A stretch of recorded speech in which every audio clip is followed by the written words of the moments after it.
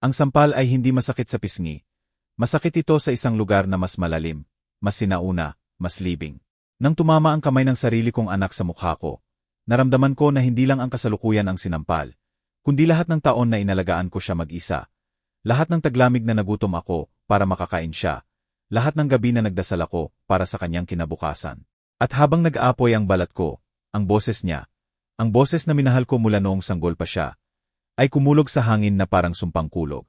Tumahimik ka. Mas mabaho ka pa sa usok. Ang aking manugang, hawak pa rin ang sigarilyo sa daliri, ay humidit ng dahan-dahan, tinatama sa bawat sandali ng aking kahihiyan. Hindi niya inalis ang tingin sa akin, kahit nang itulak ako ng anak ko pabalik.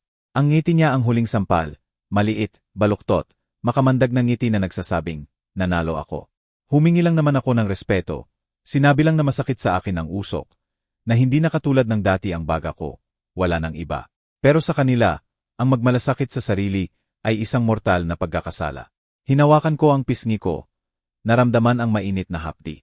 Tumayo ako ng tahimik, hindi gumanti, hindi sumigaw, hindi pa umiyak. Para akong natigilan, parang nasuspende ang kaluluwa ko sa lugar na hindi na maabot ng mga salita. Pero bago magpatuloy, gusto kitang anyayahan ng espesyal. Mag-subscribe sa channel at I-like mo ang video. Nakatutulong ito para malaman kong sinusuportahan mo ako at nag-enjoy ka sa mga kwento ko. At magkomento ka rito sa baba kung saang lungsod ka nanonood. Ngayon, tuloy na tayo. Humugot ako ng malalim na hininga. Kahit napuno ng amoy ng tabako ang hangin na nakakasakit sa akin. Ang anak ko, hinihingal pang dibdib, ay patuloy na nakatingin sa akin na parang ako ang may sala sa away. Na parang ako ang nagpilit sa kanya na itaas ang kamay. Hindi ka panipaniwala kung gaano kabilis magbago ang isang tao hanggang maging hindi na makilala. Tinitingnan ko siya, hinahanap sa mukha niya ang batang yumakap sa akin noong natatakot sa kulog.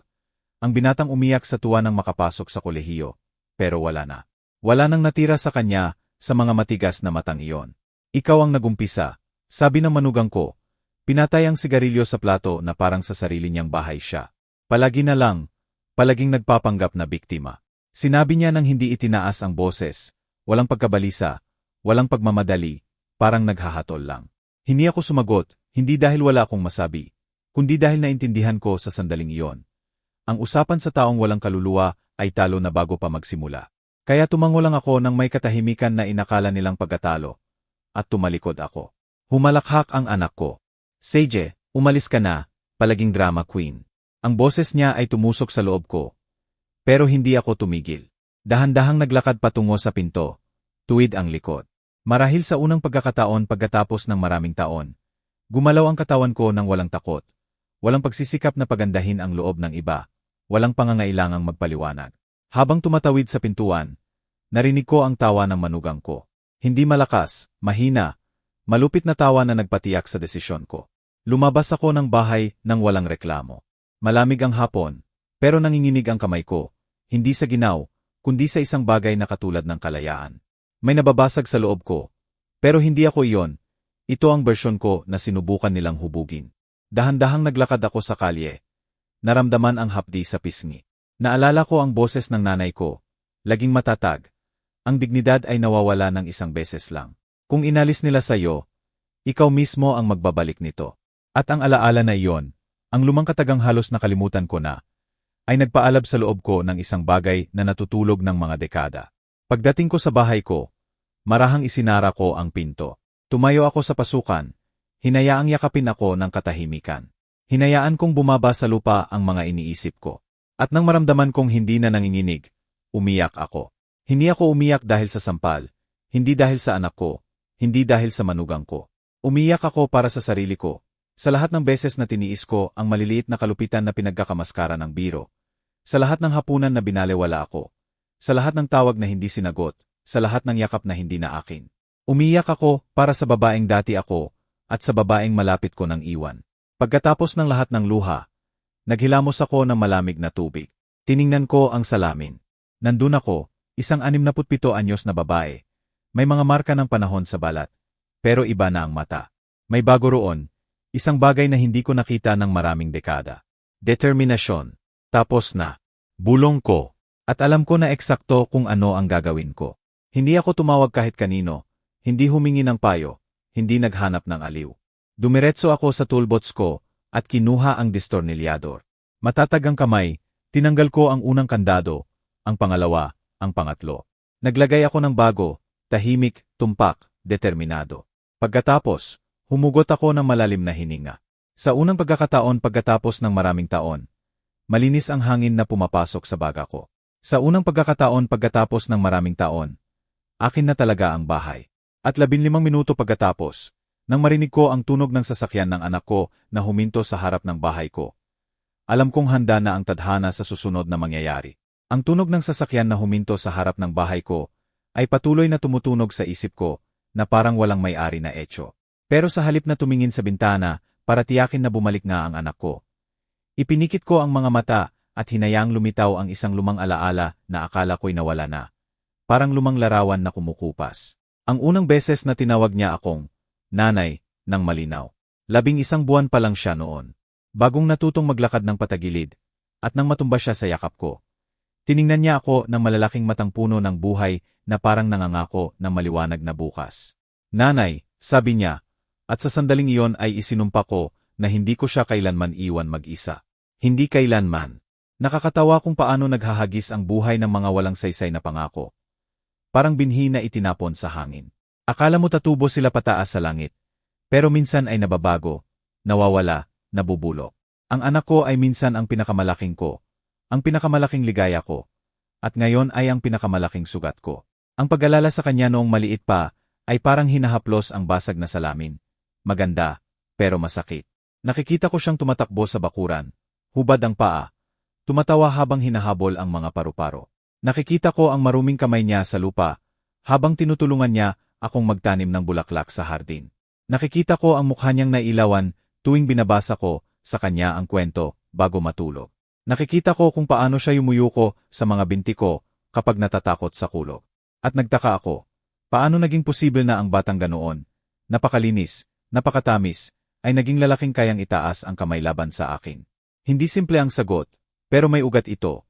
Mahabang ugat na ayaw niyang tingnan at na ako'y pinili na huwag pansinin dahil sa pag-ibig ng masyadong matagal. Noong 10 taon siya, naalala ko na umuwi siyang umiyak isang hapon.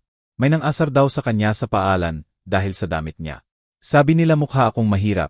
Sabi niya, basag ang boses. At ako, na nagtatrabaho sa paglilinis ng bahay ng iba para mabigyan siya ng kahit kaunti, ay nangako sa kanya sa gitna ng luha na balang araw hindi na iyon magmamahalaga. Na magiging mabuti siyang lalaki, marangal, malakas, at ang tunay na halaga ng tao ay nasa puso, hindi sa damit. Gabing iyon, narinig ko siyang bulong habang natutulog. Lagi akong pinoprotektahan ni nanay. At hinawakan niya ng mahigpit ang kamay ko. Kung alam ko lang na balang araw siya mismo ang magiging sanhi ng sakit ko. Kung naisip ko lang na ulitin niya ang mga salitang dating kinamumuhian niya, baka nagkaiba ang mga desisyon ko. Baka naging mas matatag ako. Baka hindi ko pinayagan na lumaki siya na naniniwalang kailangang tiisin ng pag-ibig ng ina ang lahat. Kahit ang hindi na kaya. Lumipas ang mga taon, lumaki siya. Bagamat laging sensitibo, nagsimulang magpakita ng ugali na nagpapagulat sa akin. Mainit ang ulo, mayabang, walang pasensya, hindi sa iba, kundi sa akin. Minsan ay may tono siyang ginagamit na nagpapahinto sa akin. Tono na hindi ko kilala. Sasabihin ko ang isang bagay. At kikunot ang noo niya na parang abala lang ang mga salita ko. Iniuwi ko ito sa pagiging binatilyo, pagkatapos sa stress, pagkatapos sa pagod.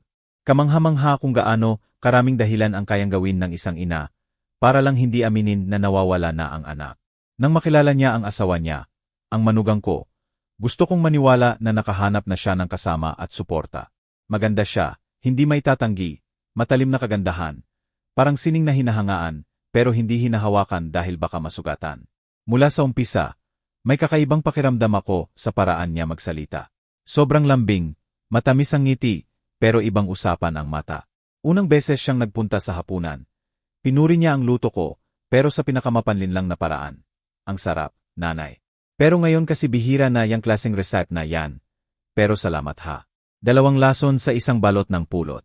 Tumawa ang anak ko. Nagkunwaring hindi ko napansin. Iyon ang pangalawang senyales. Ang pangatlo ay noong unang Pasko nila. Binigyan ko sila ng simpleng, pero magandang pinggan, dahil alam kong nagsisimula pa lang sila.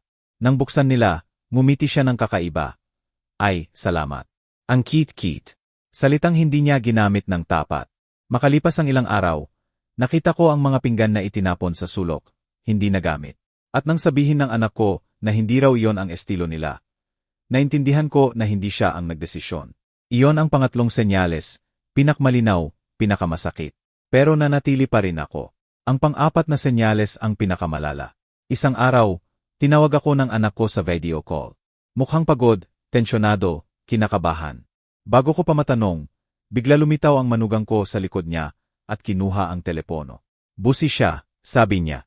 Huwag ka na madalas tumawag, nakakaubos ka. At binaba, ang salitang nakakaubos ay tumusok ulit sa akin. Pangalawang beses na itong ginamit sa akin. Una ng sarili kong anak. Gabing iyon umiyak ako na parang may hinuhukay sa loob ko. Pero patuloy pa rin akong tumatawag, bumibisita. Nagsusumikap na magkaroon ng lugar sa buhay na unti-unting lumalayo sa akin. Habang inaalala ko lahat ng iyon, narinig ko ang mas malakas na katok sa pinto. Anak ko na naman, tumatawag sa akin, na parang mabubura ng ilang minuto pagkatapos ng sampal ang lahat.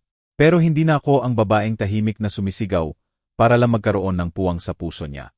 Nakikita ko na ang buhay ko nang may linaw na hindi ko pa nakita noon. At ang mga senyales na iyon, ngayon ko lang naintindihan, hindi pala babala tungkol sa kanila, kundi tungkol sa akin.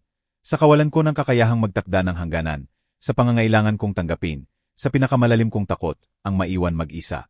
Pero ang pag-iisa na naranasan ko, kasama nila, ay mas masahol pa kaysa sa kawalan ng kahit sino. Tumayo ako ng dahan-dahan at lumakad patungo sa pinto. Hindi para buksan, kundi para sumandal doon mula sa loob at makinig. Nanay, sigaw niya sa labas, puno ng inis at halong guilt ang boses. Bakit mo binago ang mga kandado? Buksan mo. Kausapin natin. Kausapin natin. Ang paboritong linya ng mga hindi kailanman nakikinig. Ang boses niya ay nagdala ng isa pang alaala na pinili kong balewalain. Minsan, matagal na, dumating siya pagkatapos ng away nila ng asawa. Galit siya, pero hindi sa akin. Sinabi niyang ininsulto siya nito. Pinapakiramdam na maliit. Inakap ko siya, inalo, niluto ko pa siya ng sopas. Pero kinabukasan, nang malaman ng manugang ko na pumunta siya rito, tinawag niya akong manipulator. Sinigawan niya ako na binubuhusan ko raw ng ideya ang ulo ng anak ko.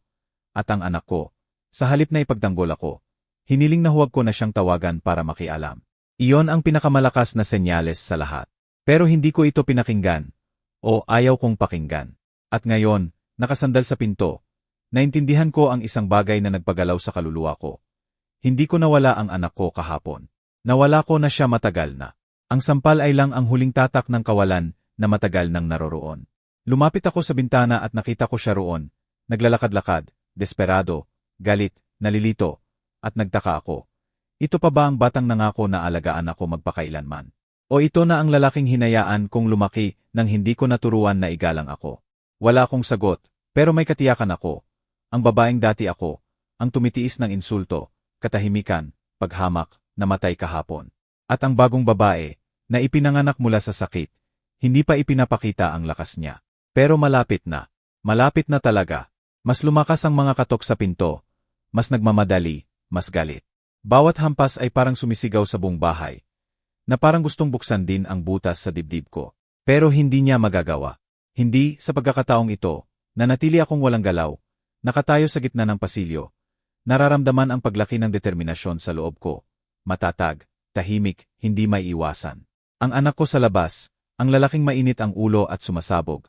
Hindi na yon ang batang inalagaan ko. Isa na siyang estranghero. Isang estranghero na hinayaan kong hubugin ng manugang ko. Nanay, buksan mo na, sigaw niya. Puno ng pagkabigo ang boses. Ito ay katangahan. Bakit mo binago ang mga kandado? Ipinikit ko ang mga mata, pinakinggan ko siya, hinayaan kong sumigaw, pero hindi ako sumagot. Ang katahimikan minsan ang tanging wika na kayang idisarma ang pang-abuso. Narinig mo ba ako? Sabi niya ulit. Nanay, buksan mo. Kausapin natin. Naririnig ko ang paghampas niya gamit ang palad. Pagkatapos gamit ang kamao. Naririnig ko ang mabilis na hininga niya. Ang pagkakabitin ng kanyang pasensya. Pero hindi pa rin ako gumalaw. Masyado na akong nag-aksaya ng buhay sa pagsisikap na patayin ang boses ko para lang hindi makagambala sa kanya. Pero ang babaeng iyon ay namatay kahapon.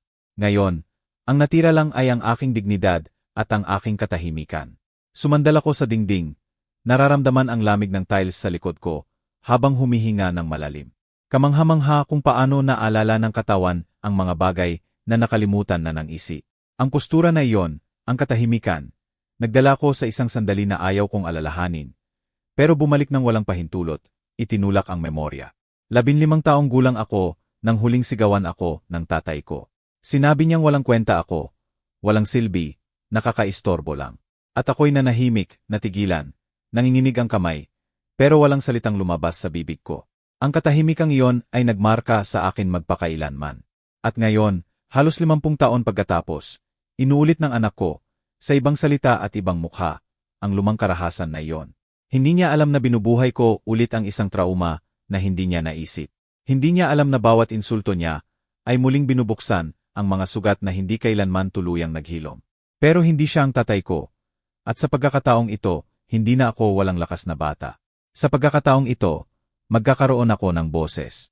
Kahit magsimula pa iyon sa katahimikan. Biglang bumaba ang ingay sa labas. Tigilan niya ang pagkatok. Naririnig ko ang mga yabag na lumayo ng ilang metro. Pagkatapos ang boses niya, nang manugang ko. Hindi galit ang tono niya, kundi kalmadong pagbibiro, pakiramdam na superior. Tingnan mo, sabi niya nang hindi binabaan ang boses. Sinabi ko na sayo, nawawala na sa sarili ang nanay mo. Lagi na lang siyang emotional burden. At ngayon nagpapakita na siya ng tunay niyang kabaliwan. Sumikip ang lalamunan ko, pero hindi dahil sa lungkot, kundi sa galit. Ginagawa lang niya to para magpaawa, dagdag niya. Gusto niyang mag-guilty ka. Tipikal na sa mga katulad niya, sa mga katulad niya. Tinitingnan niya ako na parang kategorya, parang sagabal, parang abala. Ang pinto, ang sagabal sa pagitan namin, ay naging banal na kalasag. Hindi ako magbubukas. Hindi sa boses na iyon, hindi sa lason na iyon. Naririnig ko ang buntong hininga ng anak ko na parang natalo na. Sandali lang, sabi niya sa kanya, pagkatapos ay bumalik siya sa pagkatok. Mas mahina na, parang nagpapanggap na kalmado. Nanay. Sinubukan niyang gawing matamis ang boses. Pero may peking bagay roon. Kaya nating mag-usap. Nangangako ako, hindi na ako magtataas ng kamay. Nagkamali ako. Pasensya na. Pasensya na. Magandang salita ang pasensya na kapag mula sa tunay na pagsisisi. Pero kapag mula sa takot sa kahihinatnan, parang guwang, walang laman, sa pilitan. Hindi ako sumagot. Tumok ulit siya. Pero sa pagkakataong ito ay may pagkadesperado. Nanay, buksan mo ako. Nandyan siya sa labas. Tinitingnan ako na parang halimaw. Tulungan mo ako. Huwag mo akong iwan ng ganito. Tulungan mo ako. Gaano karaming beses ko siyang tinulungan. Gaano karaming beses ko iniwan ang sarili kong pangarap. Oras ng pahinga. Pagkakataon sa buhay para alagaan siya. Samahan siya. Itaas siya mula sa lupa. At ngayon ay humihingi siya ng tulong. Pagkatapos akong sampalin. Pagkatapos ako insultuhin. Pagkatapos akong gawing wala. Ang ironya ay masakit. Lumapit ako ng dahan-dahan sa pinto. Hindi para buksan, kundi para magsalita. Nandito ako, sabi ko. Matatag ang boses ko. Mas matatag kaysa sa inakalang posible. Sa labas, narinig ko ang pagpigil niya sa hininga. Nanay, pakiusap, hindi ko bubuksan. Katahimikan. Katahimikang ganap. Parang na-freeze ang hangin sa aking sinabi. Ano? Anong sinasabi mo? Hindi mo bubuksan. Inulit ko. Hindi. Ngayon hindi pa. Naririnig ko ang pagurong ng yabag niya, na parang kailangan niya ng distansya, para maproseso ang mga salitang hindi niya inakalang maririnig mula sa akin. Nanay, hindi ka ganyan. Sabi niya na may pait sa ngiti ko. Ah, kung alam mo lang, ito na ako, sabi ko. Ang hininto mo ng tingnan maraming taon na ang nakalipas. Bumalik ang katahimikan. Pero sa pagkakataong ito, hindi na akin, sa kanya na iyon. Mabigat na katahimikan. Puno ng mga tanong na hindi niya kailanman tinanong sa sarili. Pinutol ito ng boses na manugang ko. Tuyo at inis. Iwan mo na. Kung ayaw niyang magbukas, hayaan mo siyang magmukmok sa loob ng kanyang kahirapan. Umalis na tayo. Pero hindi siya gumalaw. Alam ko iyon sa katahimikan, sa tensyon sa hangin, sa bigat ng sandali. Hindi, sabi niya sa wakas. Hindi ako aalis. Ang pagdinig sa kanya nito ay tumusok sa akin. Hindi bilang haplos, kundi paalala ng kaguluhan emosyonal na kanyang dinadala. Hindi yon pag-ibig, kontrol yon. Gusto niyang buksan ko, dahil kailangan niyang mabawi ang kapangyarihan. Hindi dahil naiintindihan niya ang ginawa niyang sakit. At sa sandaling iyon, nakita ko ng malinaw. Ang anak ko ay hindi nandyan sa harap ng pinto ko para humingi ng tawad. Nandyan siya dahil nawala ang kapangyarihan niya at kailangan niyang bawiin ito. Lumapit ako ng higit pa at inilagay ang kamay sa kahoy.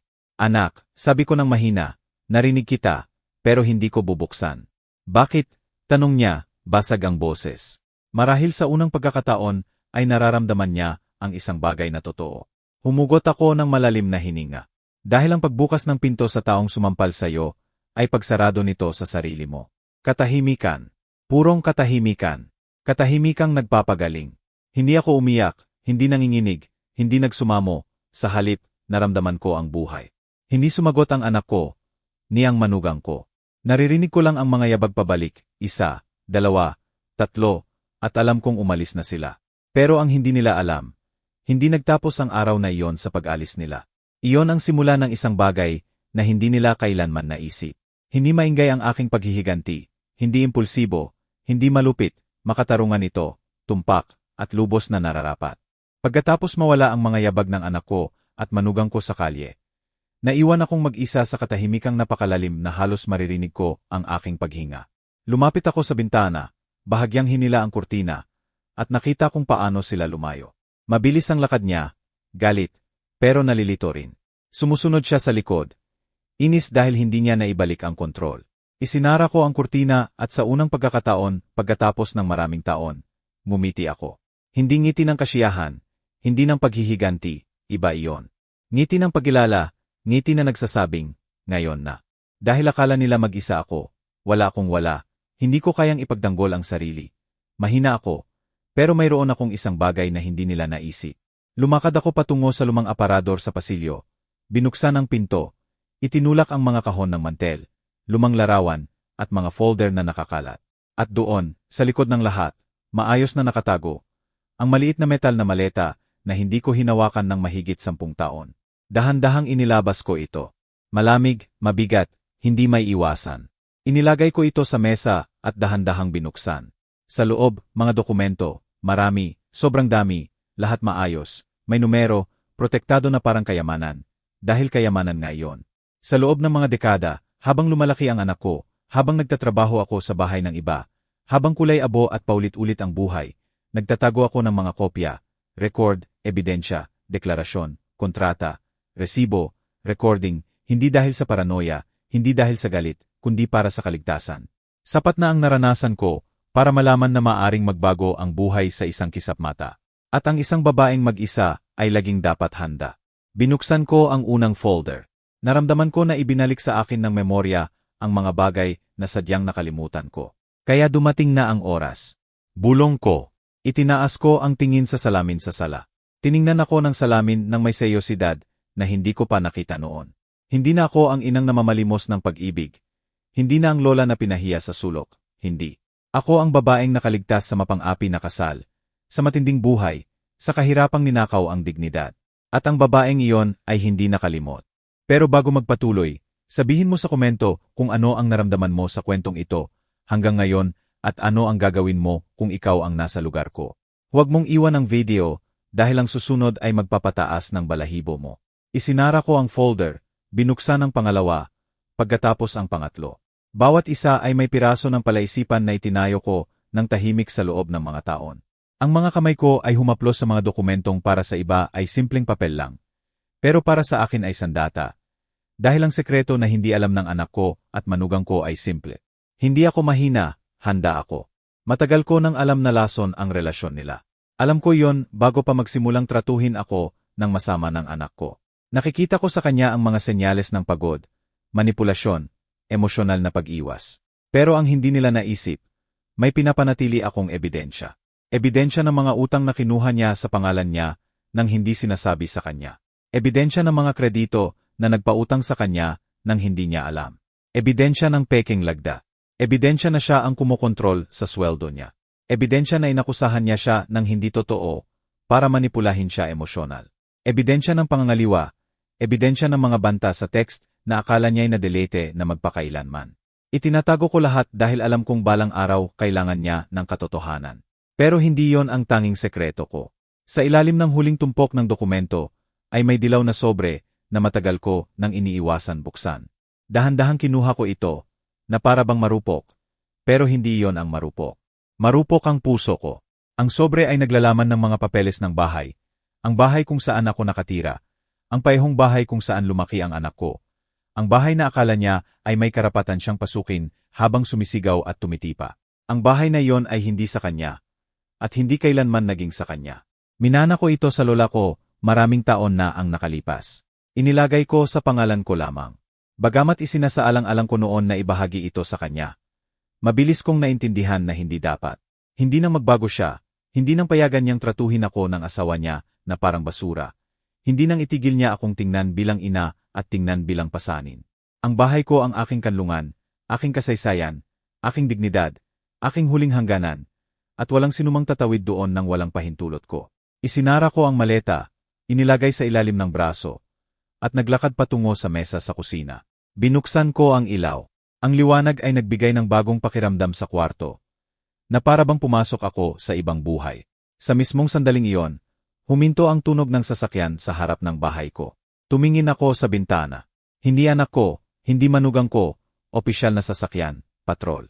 Hindi nanginginig ang kamay ko. Walang takot na naramdaman. Naramdaman ko ang ginhawa. Bumaba ang dalawang pulis. Tumok sila ng may respeto. Aling nena? Tanong ng isa. Binuksan ko ng walang pag-alinlangan. Ipinakita niya sa akin ang folder na may tatak ng gobyerno. Dumating kami dahil sa reklamo na inihain ninyo laban sa dating asawa ninyo, 10 taon na ang nakalipas. Sabi niya.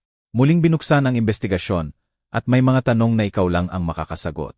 Naramdaman ko na parang lumuwag ang mundo sa ilalim ng paa ko. Wala itong alam ng anak ko, lalong hindi ng manugang ko. Pero alam ko kung ano ang ibig sabihin ng pagdating ng mga pulis na ito. Ang nakaraan na inilibing ko ay bumabalik, at dala nito ang mga kahihinatnan na hindi nila kailanman naisip, hindi lang para sa akin, kundi para sa lahat. At sa sandaling iyon, naintindihan ko, ang sampal ng anak ko ay hindi simula ng aking pagbagsak, ito ang simula ng kanyang pagkawasak. Ang akin ay matagal nang natapos. May kakaibang paraan ang buhay sa pagbabayad ng utang. Minsan ay tumatagal ng mga taon, minsan ay ilang minuto lang, 15 minuto para maging eksakto. 15 minuto pagkatapos itaas ng anak ko ang kamay laban sa akin. 15 minuto pagkatapos ng mapang-uyam ng ngiti ng manugang ko. 15 minuto pagkatapos kong magdesisyong palitan ang mga kandado ng bahay ko at ng puso ko. Lumiko ang mundo sa direksyong walang sinumang nakita. Ang mga pulis sa harap ng pinto ko ay parang mas kilala pa ako kaysa sa naalala ko mismo. Ang mas matanda sa kanila, isang lalaking parisukat ang mukha at seryoso ang tingin. Hawak ng mahigpit ang folder na may tatak. Aling nena, kailangan naming isama kayo para magbigay ng opisyal na salaysay. Sabi niya ng may halo ng respeto at pagkamadali. Siyempre, sagot ko ng kalmado. Hintayin niyo lang, kukunin ko ang bag ko. Pero bago ko magawa, narinig ko ang tunog na nagpalamig ng dugo ko. Isang motor na mabilis na lumalapit. Kilala ko ang motor na iyon. Kilala ko ito kaysa sa tibok ng sarili kong puso. Biglang dumating ang anak ko sa harap ng bahay na parang bagyo. Huminto ng bigla, pula ang mukha sa galit, nanlalaki ang mga mata. Lumabas ang asawa niya mula sa sasakyan. Naka-cross arms. Inis na parabang personal na abala ang presensya ng pulis. Anong nangyayari rito? Sigaw niya, binabalewala ang mga pulis. Itinulak ang pinto na parang may karapatan pa rin siyang pumasok. Itinaas ng isa sa mga pulis ang kamay. Sir, pakikalmahan po ninyo, manatili po kayo sa likod. Hindi pinakinggan ng anak ko. Nanay, ano na naman ang ginawa mo? Sigaw niya. Bakit may pulis sa bahay mo? Anong klaseng problema ang pinag-iimbento mo? Hindi ako sumagot, hindi dahil ayaw ko, kundi dahil hindi na kailangan. Sumagot ang pulis para sa akin. Sir, dumating kami dahil sa reklamo na inihain ng ina ninyo 10 taon na ang nakalipas. Muling binuksan ang investigasyon pagkatapos makahanap ng bagong testigo kaugnay ng ama ninyo. Natigilan ang anak ko. Patuloy na ganoon din ang manugang ko. Unang beses nilang marinig na binabanggit ang ama niya matapos ang maraming taon. Ama ko. Tanong ng anak ko na hindi makapaniwala. Pero nawala na siya. Sarado na yon. Dahan-dahang binuksan ng pulis ang folder. Hindi nawala, sir. Na-archive lang dahil kulang sa ebidensya. At ngayon mayroon na tayo. Tiningnan ng manugang ko ang anak ko nang makitid ang mata. Na parang bigla siyang nakakita sa ibang liwanag. Umarangkada siya pabalik. Nalilito. Nanatili akong tahimik dahil hinintay ko ang sandaling ito ng 10 taon. Nagpatuloy ang pulis. Aling nena, noong 10 taon na ang nakalipas, Nagdeklara kayo na ang asawa ninyo noon ay may karahasan sa bahay, pinansyal, at emosyonal, at inilagay sa peligro ang buhay ninyo at ng anak ninyo ng maraming beses. Kinukumpirma niyo bang gusto niyo ituloy ang kaso? Tumingin sa akin ang anak ko, nalilito, halos galit. Karahasan, bulong niya. Nanay, bakit hindi mo sinabi sa akin? Tiningnan ko siya nang may katahimikang nagpagulat sa akin mismo. Marami akong sinabi, sagot ko. Pero bata ka pa noon para maintindihan. At pagkatapos ay bulag ka na para makita. Tumawa ng tuyo ang manugang ko. Kaya galing ka pala sa problemadong pamilya. Kaya pala, tinignan siya ng anak ko ng matalim sa unang pagkakataon. Nagulat siya kaya nawala ang ngiti. Napansin niyon ng mga pulis. Pero nagpatuloy sila ng propesyonal. Aling Nena, kailangan niyo pong pumunta sa istasyon para tapusin ang deklarasyon. Hindi kayo aarestuhin.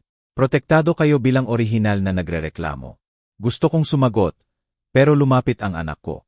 Sandali, sabi niya. Nanay, hindi ka pwedeng umalis ng ganito. Sabihin mo sa akin kung anong nangyayari. Sabihin mo ang totoo. Ang totoo.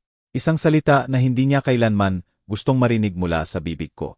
Isang salita na lagi niyang iniiwasan. Isang salita na ngayon ay mabigat na parang tonelada.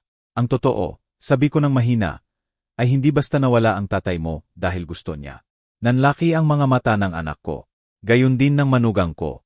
Ang totoo, patuloy ko, ay pinagsampal ako ng tatay mo ng maraming beses, at isang araw nang yakapin mo ako. Sinabi niya na matututo ka ring kontrolin ako. Namutla ang anak ko. Ang totoo, sabi ko noon, na may tono ng hatol, ay ako ang nagreklamo laban sa kanya. At tumakas siya bago makulong. Bumagsak ang katahimikan na parang martilyo. At ang pinakamahalagang katotohanan, dagdag ko, ay ito. Kamukha mo siya higit pa sa gusto mong aminin. Umarangkada ang anak ko na parang itinulak siya ng invisible na puwersa. Hindi. Huwag mong sabihin yon. Bulong niya na walang hangin. Hindi ako nagtanong. Tinawag mo akong mabaho. Itinaas mo ang kamay sa akin. Pinahiya mo ako sa harap ng asawa mo. Tinatratuhin mo ako tulad ng ginawa niya sa akin. Lumapit ako ng isang hakbang ng walang takot. At iyon ang pinakamasakit. Nagsimulang umiyak ang anak ko.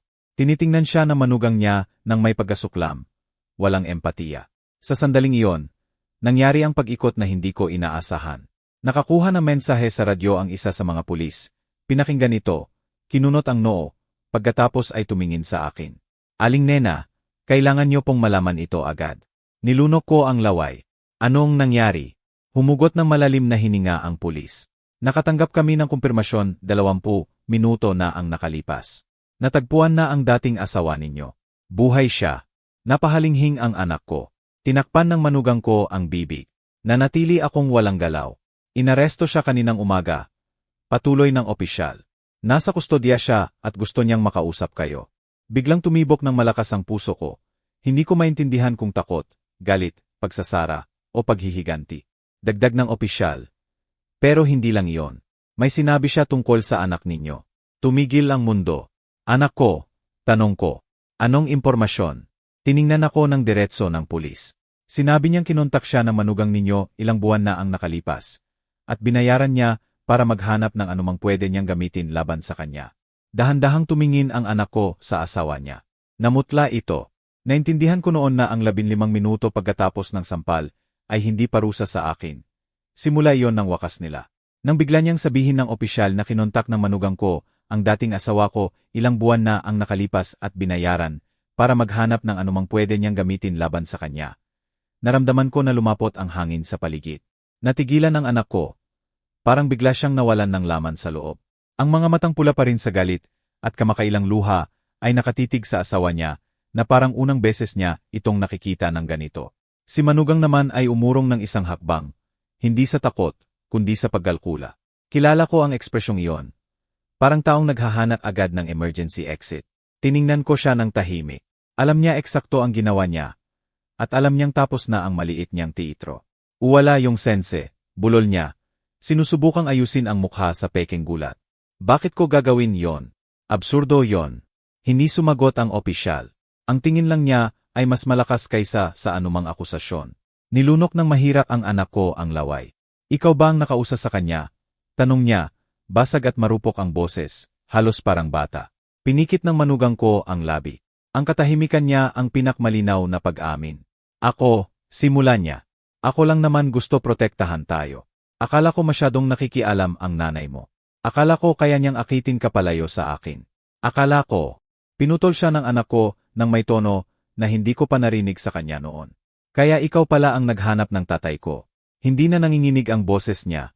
Nagiging matigas na. Umurong siya ng isang hakbang pa. Usapan lang yon. Sinungaling niya. Wala namang importante. Hindi ko alam na siya. Paano mo hindi malalaman kung sino siya? Sumabog ang anak ko. Sinabi ko sa iyo lahat. Alam mo eksakto ang ginawa niya. Alam mo kung bakit tumakas siya sa kanya. Alam mo ang sakit na idinulot niya. Itinaas na manugang ko ang baba. Sinusubukang mabawi ang kontrol. Huwag kang magmalaki. Gusto ko lang malaman kung may tinatago ang nanay mo. Wala nang iba. Ako na ang sumagot sa unang pagkakataon. Mahina pero matatag ang boses. Hindi mo hinanap ang impormasyon tungkol sa akin. Hinanap mo ang impormasyon para sirain siya. Nanigas ang mukha niya. At malinaw na nakita ko ang galit na matagal niyang itinago sa loob. Hindi madaling kontrolin yan. Sagot niya nang may makamandag ng ngiti. Kailangan niya ng hangganan. Pagkatapos ay direktong tumingin sa akin. At ikaw ang sagabal. Tinakpan ng anak ko ang mukha gamit ang dalawang kamay. Nakita ko sa kanya hindi lang isang lalaking nababasag, kundi isang batang biglang natuklasan na pinagkatiwalaan niya ang maling halimaw. Tahimik na nagmamasid ang mga pulis, pero hindi sila nakialam. Alam nilang ang nangyayari rito ay higit pa sa legal. Emosyonal na pagbabayad na matagal nang hinihintay. Aling Nena, sabi ng mas matandang opisyal, kailangan naming isama kayo para sa opisyal na deklarasyon. Nasa kustodiya ang dating asawa ninyo at iginiit niyang dapat kayo ang naroroon sa susunod na yugto ng interogasyon. Sumikip ang tiyan ko, hindi sa takot, kundi sa mapait na pagiging malaya. Naiintindihan ko, sagot ko. Sasama ako. Hindi, sabi ng anak ko, lumapit ng isang hakbang. Hindi ka pwedeng mag-isa. Sasama ako. Hinawakan siya ng mahigpit ng manugang sa braso. Hindi ka pupunta kahit saan. Bulong niya halos parang pagspit. Manatili ka rito. May kailangan tayong pag-usapan. Hindi pwedeng matapos ng ganito. Marahang itinulak siya ng anak ko. Pero may desisyong hindi ko pa nakita noon. Sabi mo na sapat na, sabi niya. Tiningnan siya nito na parang siya ang niloko. Hindi siya. Napapagtanto mo ba kung gaano kakatawa? Asar niya. Naniniwala ka sa nanay mo kaysa sa akin. Pagkatapos ng lahat ng pinagsamahan natin, pagkatapos ng lahat ng ginawa ko para sa'yo. Ginawa para sa'yo, sagot niya na hindi makapaniwala, o ginawa laban sa akin. May kidlat ng galit sa mata niya, na parabang handa siyang magluto ng isa pang kasinungalingan para makaligtas. Pero wala nang manonood sa dula niya. Tumingin ang anak ko sa akin. Nanay, pahintulutan mo akong sumama. Pakiusap. Tiningnan ko siya ng matagal. Naisip ko ang sampal, ang mga salita, ang mga taon ng paghamak, ang ipinipilit na katahimikan, ang batang inalagaan ko, ang lalaking naging siya, ang pagkakahawig sa tatay niya na nakita ko sa kanya. Hindi, sabi ko sa wakas. Nanlaki ang mga mata niya sa paghihirap. Bakit? Dahil ako ang may laban dito, sagot ko ng kalmado. At may iba ka ring laban dito, ngayon din. Tiningnan siya ng manugang ng may gulat. Huwag mo siyang pakinggan, bulong niya. Manipulator siya. Lagi na lang. Ginagawa niya, to para ihiwalay tayo. Pinutol siya ng anak ko nang may sigaw mula sa kaibuturan ng kaluluwa. Ikaw ang nag-umpisa ng lahat. Ang etyo ng sigaw na iyon ay umabot sa buong kalye. Umurong ang manugang, nakabuka ang bibig, na parang hindi niya maintindihan kung paano nawala ang kontrol ng mabilis. Imumungkahi ng mga pulis na magpatuloy na kami. Tumango ako. Pero bago ako lumakad patungo sa sasakyan ng pulis, tumalikod ako sa anak ko. Anak, sabi ko, bago ako umalis, may sasabihin ako. Dahan-dahang lumapit siya, na parang natatakot na tanggihan ko ulit. Hindi lang tayo sinaktan ng tatay mo, patuloy ko. Iniwan ka rin niya ng mga sugat na hindi mo naayos. At ginamit niya iyon para kontrolin ka. Humugot ako ng malalim na hininga. Pero hindi ka na bata. Ang gagawin mo sa buhay mo mula ngayon ay nasa sayo na lang. Bumaba ang tingin niya. Dalawang luha ang tumulo. Alam ko, bulong niya. At hindi ko alam kung makakaya kong mabuhay sa ginawa ko kahapon. Lumapit ako at inilagay ang kamay sa pisngi niya. Sa mismong lugar na sinampal niya ako. Makakaya mo, sabi ko, kung magbabago ka. At sinabi ko ang isang bagay na hindi ko akalain kong sasabihin. Hindi ko hahayaang sirain kanila. Gaya rin ng hindi ko hahayaang sirain mo ako. Nagulat siya nang itinaas ang tingin. Iyon ang hangganan. Ang dapat kong itakda maraming taon na ang nakalipas. Tumalikod ako at sumakay sa sasakyan ng mga pulis. Isinara ang pinto ng may matigas na tunog. Habang umaandar ang sasakyan, nakita ko sa bintana ang anak kong lumuhod sa bangketa, mga kamay sa mukha, na parang binagsak siya ng realidad sa dibdib, at sa tabi niya ang manugang, hindi inaalo, hindi yumayakap, kundi sinisigawan siya, itinuturo, humihingi ng sagot na alam niyang wala sa kanya. Unang beses kong malinaw na nakita ang dinamika nila mula sa labas. Siya'y basag, siya'y kumakain sa basag na iyon.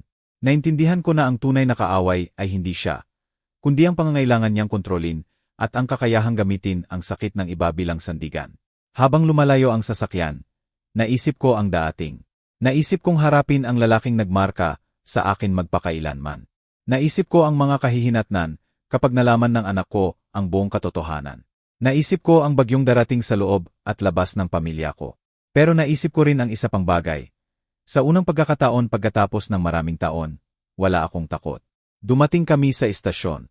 Inihatid ako ng mga pulis sa isang reserbadong kwarto. Amoy papel, lumang kape, at bakal.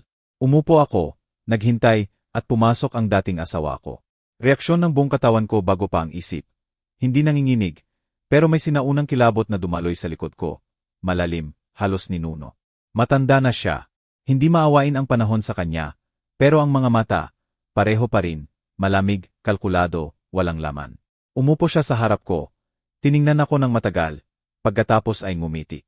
Ang ngiting iyon, paeho ng ginaya ng manugang ko ng maraming beses nang hindi niya alam. "Kumusta, nena?" sabi niya. "Mukhang nakaligtas ka." "Sa kabila mo," sagot ko. Binuksan ng opisyal ang recorder.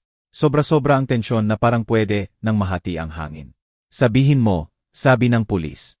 "Ano ang alam mo tungkol sa anak mo?" Tiningnan ako ng diretso ng dating asawa at sinabi ang hindi ko inaasahan. Alam ko na inuulit niya ang pattern ko. Tumingin siya sa akin. "At ikaw ang nagpayag nito." May nabasag sa loob ko, hindi sa sakit, sa galit. "Mali ka," sabi ko. "Iniligtas ko siya. Maraming beses ko siyang iniligtas. Ikaw ang anino na hindi niya nakita." Lumapit ako ng kaunti, pero hindi na higit pa. "Sa pagkakataong ito, sisirain ko ang bilog." Tumawa siya. "Sa tingin mo kaya mo?" Tumango ako ng dahan-dahan. "Kaya ko," bulong ko. Dahil sa pagkakataong ito, hindi ko ginagawa para sa kanya, para sa akin. Nagsabit ang mga salita ko sa hangin, at naintindihan ko. Ang tunay na pagbagsak ng anak ko ay hindi darating sa kamay ko o ng asawa niya. Darating ito kapag siya mismo ang humarap sa kung ano siya, sa pinayagan niya, sa naging siya. At malapit na ang sandaling iyon. Patuloy nang umingiti ang dating asawa ko sa harap ko, na parang may kapangyarihan pa rin siya sa kasalukuyan ko. Na parang hindi na apektuhan ng mga taon ang kakayahan niyang takutin ako. Pero ang takot na dulot niya ay hindi na akin. Alaala na lang iyon. Anino na walang katawan. Tiningnan ko siya ng diretso. May katahimikang hindi ko inakalang magkakaroon ako sa 67 anyos. Sa unang pagkakataon, mukhang hindi siya komportable. "Kaya ngayon gusto mong sirain ang bilog, ha?" Bulong niya ng may paghamak. "Maganda, pagkatapos mong sirain ang anak natin sa iyong iyak at takot." Lumapit ako ng kaunti. Hindi ko siya sinira. Nakaligtas ako. "Malaking pagkakaiba yon sa'yo." Sumingit ang opisyal. "Sir, sumagot lang po sa mga tanong. Binanggit niyo na kinontak kayo ng asawa ng anak niyo. Kailangan namin ng detalye." Nagbuntong hininga ng dramatic ang dating asawa. "Hindi naman malaking bagay," sabi niya. "Yung babae, dumating siya dahil gusto niyang patunayan na may itinatago kang marumi. Kahit ano para magamit laban sa anak mo." Tiningnan niya ako ng may kasiyahan. "Mukhang hindi ka nila gusto." "Hindi ako dumating para pag-ibigin," sagot ko. "Dumating ako para sabihin ang totoo." "Ah, ang totoo." Ulit niya na parang naglalaro ng kutsilyo. "Yung salitang gusto mo kapag bagay sa'yo." Sumingit ulit ang opisyal. "Sir, hiniling niya ng espesyal na impormasyong peke. Nag-alok siya ng pera." Tumango siya ng walang hiya. "Maraming pera." "Sa totoo lang, bagay sa akin na tanggapin." Lumawak ang ngiti niya. "Pero hindi ako nagbigay ng kapaki-pakinabang. Hindi ako tanga. Lagi kong iniingatan ang mga baraha ko." "Mga baraha?" tanong ng pulis. Ang dating asawa. "Mga bagay na pwede lumunod sa kahit sino. Talent ko yon." Tahimik ang kwarto, pero sa loob ko may nag-apoy. Hindi na ako nanginginig, hindi na umaatras. Hindi sa harap niya, hindi sa harap kahit sino. "Iyan ang magiging dahilan ng pagkawasak mo," sabi ko ng mahina. Tumaas ang kilay niya. Ako. O ikaw. Inulit ko. Pareho. Dahil sa pagkakataong ito, dala ko rin ang sarili kong baraha. Dahan-dahang inilabas ko mula sa bag ko ang maliit na metal na maleta na itinatago ko ng maraming taon. Inilagay ko ito sa mesa. Ang metal na tunog ay parang putok ng baril. Nanliit ang mga mata ng dating asawa. Nagtuwid ang mga pulis at binuksan ko ang maleta. Mga dokumento, ebidensya, petsa, larawan, lahat maayos. Ito, sabi ko, ang buong kwento mo, hindi yung imbento mo, hindi yung minanyobra mo, ang tunay. Sinimulang suriin ng mga pulis ang mga dokumento. Karahasan sa bahay na dokumentado, salaysay ng kapitbahay, medical na report, pinansyal na hindi pagkakatugma, peking kontrata. At itinaas ng opisyal ang isang papel. Isang deklarasyon niya mula 16 na taon na ang nakalipas na inamin niyang sinaktan niya ang asawa. Namutla ang dating asawa. Sinira na yon, bulong niya. Akala mo, sagot ko. May kopya ako. Nagpalitan ng tingin ang mga pulis. Sir, sabi ng opisyal ng ibang tono na, binabago nito ang lahat. May bagong kaso kayo. Lubhang lumala ang sitwasyon niyo legal. Tiningnan ako ng dating asawa ng may galit. Pero sa ilalim ng galit ay takot. Hindi mo alam ang ginagawa mo. Nena. Ngumiti ako. Alam ko, mas alam ko kaysa dati. Pagkatapos ng aking deklarasyon, inihatid ako ng mga pulis palabas. Ang araw ng hapon ay bumagsak sa bangketa na parang mainit na yakap, na nagpapaalala na patuloy ang buhay, na patuloy ako. Bagamat sinubukan na nakaraan na patayin ako ng maraming beses, pero ang kanawin sa labas ay nagpawalang hininga sa akin. Nakaupo ang anak ko sa isa sa mga bangko sa harap ng istasyon, mag-isa, talo, lumulunod sa sarili. Paglabas ko, bigla siyang tumayo. Namamaga ang mga mata, wasak ang mukha. Nanay, bulong niya. Lumapit ako ng dahan-dahan. 2 tao kaming may sobrang hindi nasabi. 2 sugat na naghahanap ng hindi alam kung paano maglapit. Ano ang sinabi niya? Tanong niya, basag ang boses. Ang totoo, sagot ko. At ano ang totoo tungkol sa akin? Tahimik ako sandali. Kailangan niyang marinig. Pero nasa gilid na siya ng pagbagsak. Ang totoo, sabi ko ng mahina, ay inulit mo ang karahasan niya nang hindi mo namamalayan. Hindi dahil ikaw siya, kundi dahil hindi kita naturuan na paghiwalayin ang lakas sa pang-aapi. Hindi dahil halimaw ka, kundi dahil lumaki ka na nakikita akong tahimik. Naniniwalang nakaligtas ang pag-ibig sa sampal at paghama. Nagsimulang umiyak siya. Ayaw kong maging katulad niya. Bulong niya. Ayaw ko. Nanay, hindi ko alam. Inilagay niya ang mga kamay sa mukha. Diyos ko, ano ang ginawa ko sa'yo? Ano ang ginawa ko? Lumapit ako. Masama ang ginawa mo, sabi ko. Pero pwede ring simula ng ibang buhay, kung tatanggapin mong kailangan mo ng tulong, na wala kang karapatang saktan kahit sino, ni ako, ni sarili mo, ni kahit sinong babae. Tumango siya ng nanginginig. Gagawin ko ang lahat, lahat para magbago. Simulan mo sa paglayo sa kanya. Sabi ko ng diretso. Sa asawa mo, sa babaeng sumisira sa'yo, paglilinaw ko. Nakita ko sa mukha niya ang takot, pagiging dependent, kalituhan. Pero sa unang pagkakataon pagkatapos ng maraming taon, nakita ko rin ang linaw. Nanay, sa tingin ko tama ka. Nakita ko siya ngayon, nakita ko. Humugot ako ng hininga. Unang hakbang na iyon. Bumukas ang pinto ng istasyon sa likod namin. Lumabas ang manugang ko kasama ng isang opisyal. Hindi siya nakaposas, pero galit na galit. Pagkakita sa anak ko na nakikipag-usap sa akin, dumiretso siya sa amin na parang bagyo ng lason. Anong sinabi sa'yo nitong matandang baliw na to? Huwag kang maniwala. Lagi niyang gustong ihiwalay tayo. Lagi niyang gustong maging perfect baby, boy mo siya. Hindi gumalaw ang anak ko, hindi tumingin sa kanya, sinabi lang. Tapos na. Natigilan siya. Ano? Anong sinabi mo? Tapos na, ulit niya. Ayaw ko na ng ganitong buhay. Ayaw ko nang mabuhay ng ganito. Ayaw ko nang makasama ang taong nagmamanipula, nagkokontrol, at sumasakit sa akin. Tumawa siya nang hindi makapaniwala. Sa akin mo sinasabi ang sakit. Ikaw ang marahas dito, ikaw ang sumasampal, sumisigaw, nawawalan ng kontrol. Humugot ng malalim na hininga ang anak ko. Tama ka, sabi niya. Marahas ako. Ngumiti siya na akala niya nanalo na. Pero nagpatuloy siya. At ikaw ay kumakain sa ganon. Nawala ang ngiti. Gusto mo ang basag na lalaki, hindi ang malusog. Sinungaling, sigaw niya. Totoo ba? Sapagkat kung magiging malusog ako, mawawalan ka ng kapangyarihan. Sinubukan niyang lumapit, pero ako ang humarang. Sa unang pagkakataon, bumaba ang tingin niya. Hindi na ako mahinang babae, pader na ako. Inanyayahan siya ng mga opisyal na umalis. Naghagi siya ng huling tingin na puno ng galit bago umalis. Habang pinapanood ko siyang lumayo, alam kong sigurado. Hindi na babalik ang babaeng iyon sa buhay namin dahil sa unang pagkakataon ay pumili ang anak ko ng iba. Nanay, sabi niya, mapapatawad mo ba ako? Tiningnan ko siya ng may lambing at sakit. Ang tawad ay hindi regalo, kahihinatnan ito. Kapag nakita ko ang pagbabago mo, darating iyon. Hindi bago. Tumango siya. Tinatangga ang pinakamalaking katotohanan ng buhay niya. Gabing iyon, umuwi akong mag-isa sa bahay ko. Dahan-dahang naglakad. Naramdaman ko ang malamig na hangin. Hindi na bilangguan ang katahimikan. Kalayaan na ito. Pumasok ako, isinara ang pinto, hinawakan ang bagong kandado, at ngumiti. Ito ang aking tahanan, aking buhay, aking kwento, at walang makapipilit sa akin na lumuhod muli. Umupo ako sa duyan ng lola ko, at inilagay ang kamay sa dibdib. Hindi paghihiganti ang nararamdaman ko, katarungan, kapayapaan, dignidad na muling nakuha. Mahabang daan pa ang lalakarin ng anak ko. Pero ako na ang nakarating sa aking patutunguhan. Hindi na ako ang babaeng tahimik, hindi na ang inang tumitiis, hindi na ang asawang natatakot. Ngayon ay iba na ako. Ngayon ay malaya na ako. Ngayon ay gumising ako na may pakiramdam na matagal ko nang nakalimutan. Gaan. Tahimik ang bahay ko, pero hindi na masakit ang katahimikan. Yakap na ito. Nagluto ako ng kape tulad ng bawat umaga.